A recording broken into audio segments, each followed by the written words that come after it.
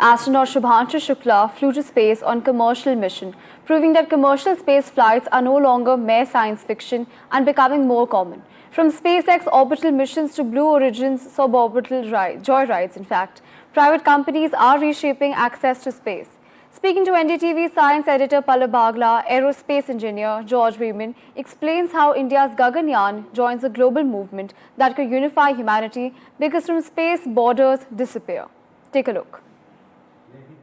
George, give me a little bit of an overview perch on which are the American companies or the other global companies which are looking at human space flight, literally on a commercial basis where governments are not involved or NASA is not involved.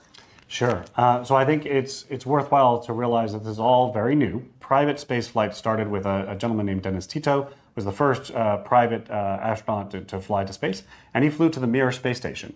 And after him, there was about a sort of a drop once a year. You had a flight up on Soyuz, and by the end of the aughts, so 2009, there were roughly 2 people flying to space on the Soyuz rocket every year. Fast forward to now, we have the SpaceX Crew Dragon vehicle, which you can charter to fly if you want.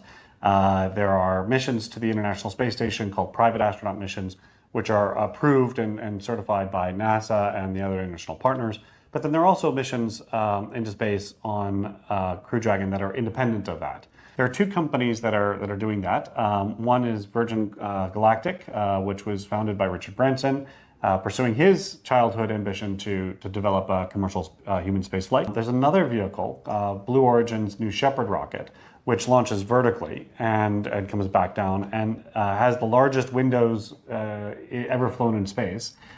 Sit by your favorite window having tea, and it's quite big, and that's what their windows are like. So it's really an amazing experience. In Europe, you have the Exploration Company, which is developing a cargo vehicle first, but that same cargo vehicle will prove out the technologies and the operational experience necessary to build a crewed vehicle.